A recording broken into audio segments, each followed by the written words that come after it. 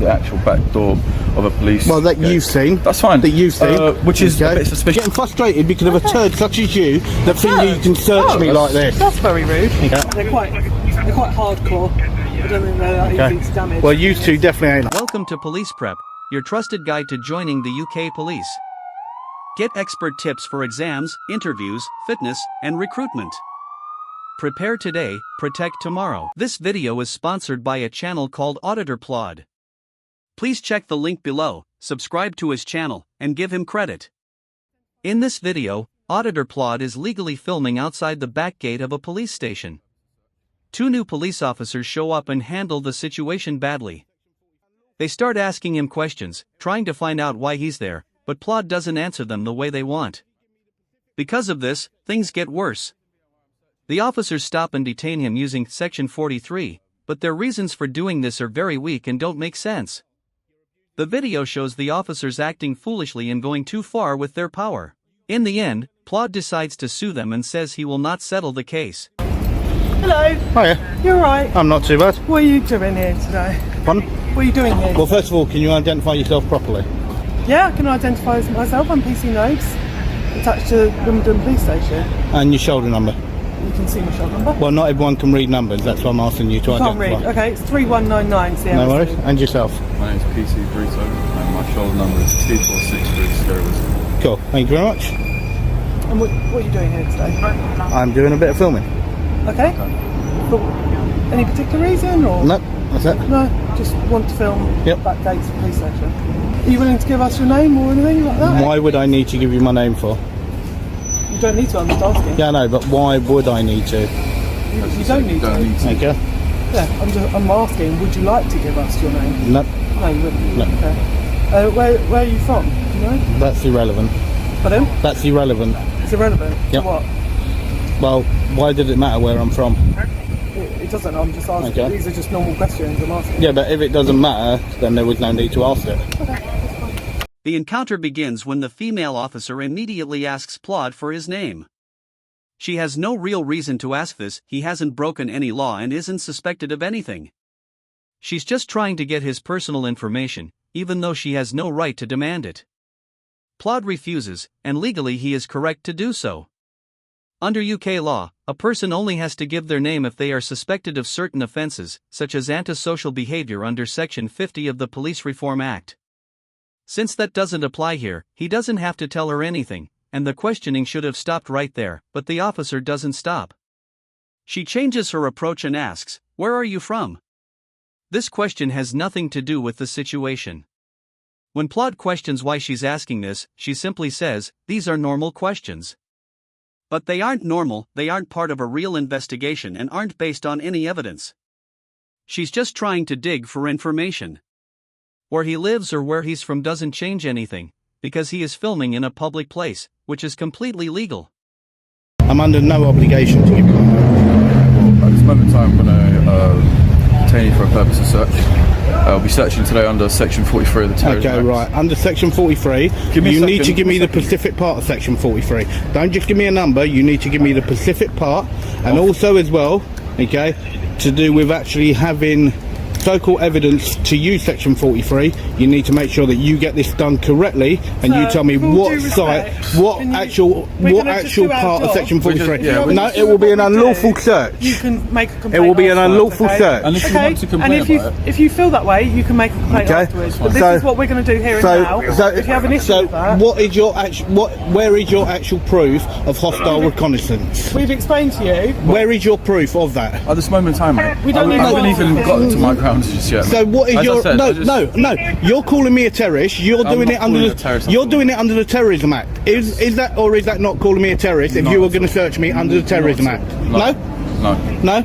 After Plod calmly explains that he doesn't have to give his name, the male officer suddenly decides to detain him using Section 43 of the Terrorism Act 2000. This is one of the most serious powers police have in the UK.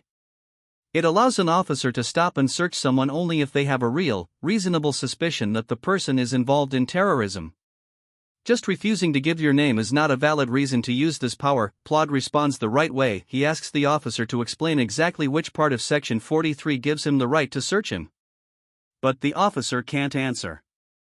He doesn't refer to the actual law, doesn't explain any real suspicion, and doesn't connect Plod's actions to terrorism in any way. This is a big problem, because the law clearly requires officers to explain their reasons before searching someone. In this case, the officer shows that he doesn't understand the law and isn't properly trained for this kind of situation. Please make sure that you quote me the specific part of section 43 that you're going to do this under. As I said, you'll be searched today under No, section, you need to make sure that section 43 you of the actually Code, give man. me the specific part of section 43. The reason being why I'm searching you today, sir, is because you've been quite evasive towards us when we come and... What, because I don't want to give you my name? Yes. Okay, am I under any legal obligation to give you my name? However, so how is that then? How is that then? You were not really giving Well, it's a us public building. I'm standing in public. Well, hang on. Filming it. Is that against the law? What I'm doing is it against the law? To be searched. Okay, but you're searching me under the Terrorism Act. Okay, so your reasonable suspicion, what is it? We're going to search you. Okay, right. Well, we'll go for it. Okay, but it will be. It's completely unlawful. Well, then you can make a complaint afterwards. Okay. It's completely unlawful, okay, and abuse of powers. If you feel like that, okay, make a complaint afterwards. Right, because I would really want to know. I don't worry, yep. And I will carry on recording. So you're going to be searched. Okay. You'll be searched today. Okay. As I said, the grounds being for the search is, because you've not really given us an actual I don't have to give you my name. You've been evasive you've already said that it's because I won't give you my name. You've also been quite obstructive at the moment in time with the search. Okay. All right. When Plod questions the officer simply says, "Make a complaint," instead of taking responsibility. This isn't real accountability, it's arrogance. It shows that the officer may know he's acting outside the law, but doesn't care because he assumes the system will protect him anyway. This kind of careless attitude says a lot about police culture in that moment. It shows that some officers care more about their ego than about following the law. When asked again for a real reason, the officer finally admits that he's detaining Plod simply because Plod wouldn't explain why he was there. This admission shows just how weak and unjustified the detention really is. Refusing to explain yourself while standing on public land is not suspicious, it is a legal right. The rule for using Section 43 requires reasonable suspicion of terrorism, but the officer lowered that standard to basically mean you didn't tell me what I wanted to hear. That is not how the law works, that's just guessing. No, because I'm questioning the law. That's fine. And also, the reason why we're searching today is because you've literally the only place that we've actually saw you search or film was the actual back door of a police. Well, that you've seen. That's fine. That you've seen, which is a bit suspicious, and that's why I'm doing it. No. What you got to remember, that's your own feelings. That's fine, sir. That's your own feelings. Fine, but you're still going to it's not what the law is. You'll be detained and you will be searched today under Section 43 of the Terrorism Act. All right. Have you been searched before, sir? That's irrelevant. It might be irrelevant. That's irrelevant. I know, mate, it's a joke. They're searching me because I'm filming. Yeah, I know, mate. Bunch of turds, nothing more. That's a bit rude. Well, no, it's not. We've only been pleasant to you. No, you're not. You're abusing my legal rights. I don't think we're abusing. No, you are. You're abusing your powers. Okay. End of story. You're abusing your powers. And as we said, if you feel that that's the case, then you can always make. Don't worry, I will be. That's fine. Okay. You couldn't even quote. You could not even quote me the specific part of Section 43. Okay. You could not even quote me the right part of Section 43. I'll do, sir. I'm going to put this inside your bag, all right? Yeah, you do need to if you read it correctly and what the law actually is. As the search continues, Plod points out, "You couldn't even quote me the specific part of Section 43. He's not asking for some technical detail, he's asking for the one key sentence that the whole law depends on. Section 43 only allows police to stop and search someone if they have a real, reasonable suspicion that the person is a terrorist. That is the standard, and that is the protection the law gives to the public."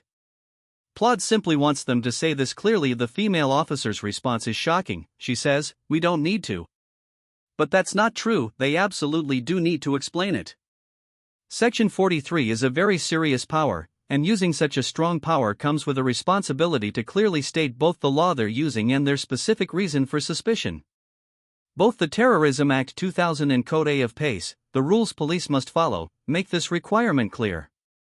For the officer to brush this off as unnecessary shows either a serious lack of legal knowledge or a complete disregard for the law. Okay. And how long have you been a police officer for, the number is not the law. The number is not the law. And how long It's have the you been a wording police is what officer is the law. How long Well, have you you been a definitely police don't know officer? your job, do you? Okay, Well, you obviously definitely don't- well and you truly certainly do don't not know know my your job job either. because all what you're doing is you're abusing powers. getting very angry over nothing. Yeah, because I'm getting frustrated because of a turd such as you that think you can search Oh, me like this. That's very rude. Okay, We've not actually been rude to you at all. Right. No. Now you absolute say, disgrace. Absolute disgrace, the pair of you. Okay, complete blatant use of powers. Why are you so against us searching you? You've abused your power, okay? You said that you got okay. reasonable grounds, okay? As I already stated, okay? It doesn't. Now, as I said, now there's that, okay? I would like you to take I that, don't okay? want that. Right, do you know who the NPCC are? Yes. Okay, yeah? I don't think I need that though. Why not? Why not? Because you're going to find not out relevant to that... this Yes, search, it is, is because it? you're going to find out from this, from the NPCC, that what you've just done is unlawful. Okay, and know it what clearly, it's clearly lawful. states that. No, it's not, okay? You talk utter crap. And I actually. You took it was utter 15 crap. minute search. The both of you, okay? You both took part in the actual. Well, either way, you searched my bag. You're a part of it. Okay? You're a part of it. Okay. Right? And you're both an utter disgrace. Plod then tries to give the officers a letter from the National Police Chiefs Council, NPCC, the organization that creates national policing guidelines used by police forces across the country. Basically, the NPCC tells police officers how they should correctly apply the law. Their guidance isn't just a suggestion, it's something officers are expected to follow. The letter Plod tries to show them is most likely the NPCC's official guidance on photography and the use of counter-terrorism laws. This guidance has stated clearly for years that the public has the right to film in public places, and using terrorism laws to target someone who is legally filming is against the law. In short, the letter Plod was holding wasn't just some random piece of paper, it was official proof from UK policing itself, confirming that everything Plod had been saying was correct. You know how to make a complaint if you're. Don't worry, I do. Okay, I'm sure you've Okay. probably done it before. Alright. But it's all recorded on our body worn, That's which will be fine. uploaded. And once you make that complaint, they'll review the body as I said, worn and be able okay, to review it. make sure that you upload it properly and don't damage it. Don't damage it. Yeah. They're quite hardcore. I don't think they're that Okay. easy to damage. Well, you two definitely ain't hardcore. Okay. But even if you it- two are an absolute joke. Okay, well, even if the camera does get damaged in any way, you can still Okay. make the complaint. Any No worries. questions? No? Okay. Any questions? Why would there be any question for you abusing my I'm rights? just being kind. And For you, asking if you have any questions. seriously, you're going to try and be kind, considering you just abused my rights. We haven't. Yes, you have. Have a lovely You're an day. absolute joker. Okay. Bunch of turds, nothing more. Okay. Absolute bunch of turds.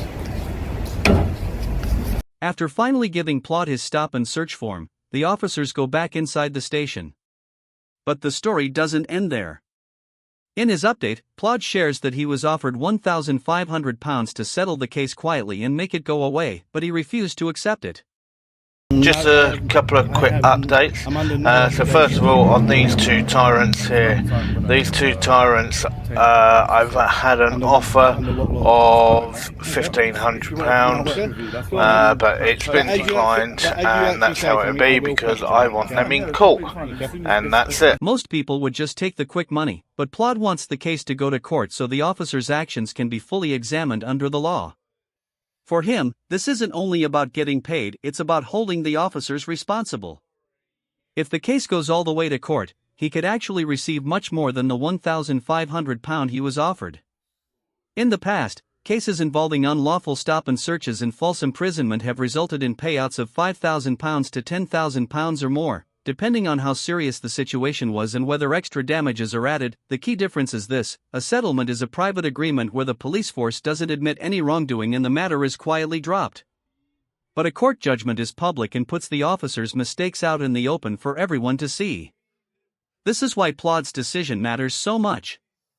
By refusing to settle, he's making sure this incident isn't just quietly paid off and forgotten. If he wins in court, it won't just cost the police force money, it will also affect the officers' records and set an example that can help prevent similar situations from happening again in the future. What this whole incident really shows is a serious lack of proper training. Section 43 is one of the most serious powers police have in the UK, yet the officers using it couldn't explain it, quote it, or even understand when it's supposed to be used. This isn't just a small error, it's dangerous. When police are given powerful legal tools without proper training, this is the kind of result you get: unlawful detentions disguised as normal policing. The officer's behavior also shows how quickly ego takes over when training is lacking.